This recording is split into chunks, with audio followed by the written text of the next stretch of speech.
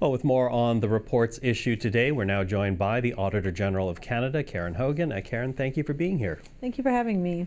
So you have 6 reports today, one extra than usual. Usually it's 5, but I really want to focus in on 2 of those reports. First on cybersecurity, then CRA. And beginning with cybersecurity, you note that between 2023 and 2024, the federal government, its agencies, its ministries were subjected to trillions of cyber attacks, but you also say government response has been insufficient, in part because the systems that exist are not being used in part or at all. Mm-hmm.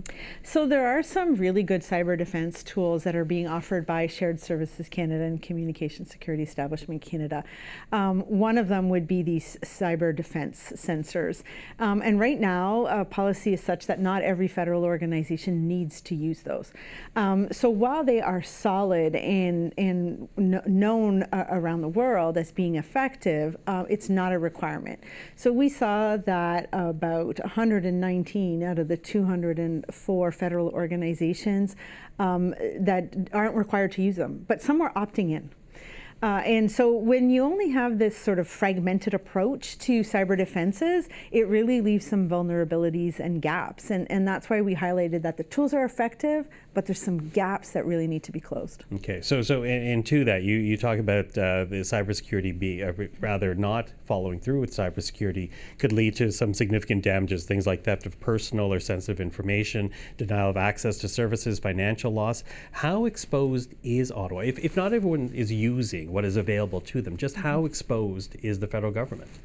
I think it's important to take a step back and say every department and agency and Crown Corporation is required to have their own cyber defenses. These cyber tools that we looked on are an extra layer over and above that. So there are defenses everywhere, but this would just bolster the sort of federal landscape.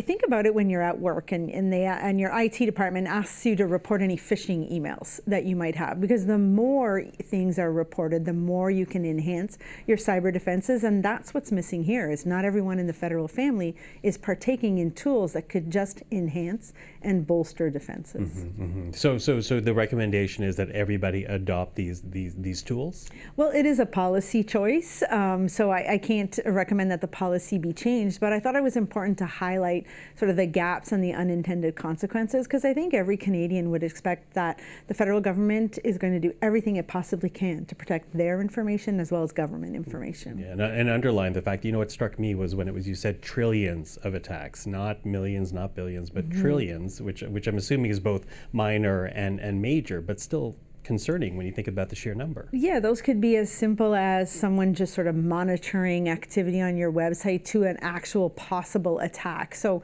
there's all varying degrees of attacks, and these defenses are helping to block some of those. But attacks are becoming so much more sophisticated and increasing in number, and that's why I think every federal organization needs to think of every tool they can possibly use to have good cyber defense. Okay, so that is cybersecurity. The other one I want to touch has to do with the Canada Revenue Agency, the CRA, because in your report you say that in fiscal year ending March 2024, only 18% of calls from Canadians to the CRA got a timely response, and only 17% of general individual tax questions were accurate. Mm-hmm. Are you shocked by that number? Well, considering we audited service quality and timeliness back in 2017, I would have expected to see some improvements. And while there have been improvements, wait times are really just too long. The service standard was changed to answering within 15 minutes, but callers are waiting on average 31 minutes, and some wait over an hour. And I'm sure that there are others who wait even longer. And I think after waiting that long, you really want to get an accurate response.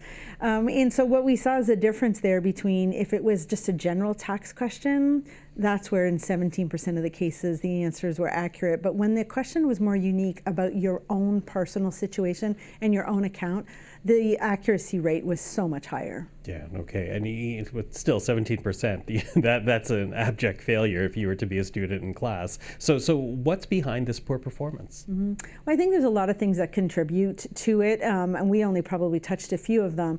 We saw that agents' performance evaluations were only considering the accuracy and completeness of responses to a small degree. So less than 10% of their annual evaluation was about accuracy. The rest was on adherence to schedule or call volumes. So that doesn't really create a culture where you're favoring accuracy. We also saw that some of the tools were not as effective as they could be to help agents in getting accurate, timely responses to individuals. So it isn't just about the number of agents, but about the tools that agents have. Okay. Now, last month, the finance minister did launch a 100-day plan to try to address some of the shortcomings that your report has addressed and once again addresses this year. What do you make of that effort? Do you think it will actually improve performance? So that 100-day plan was launched actually after the end of our audit period, so I didn't really delve into it a lot. I have looked at it, and I think that the steps in that 100-day plan, coupled with the responses to our recommendations, should see some improvement. But I can just imagine the frustration of taxpayers when the onus is on you to file your tax return on time with accurate information. That you would expect to call the CRA and reach an agent in a timely way, but more importantly, to be given accurate and complete responses to your tax questions. Okay, well, I think a lot of Canadians are at home listening to this, nodding their head yes. Karen, thank you for this. Appreciate the time. Thank you.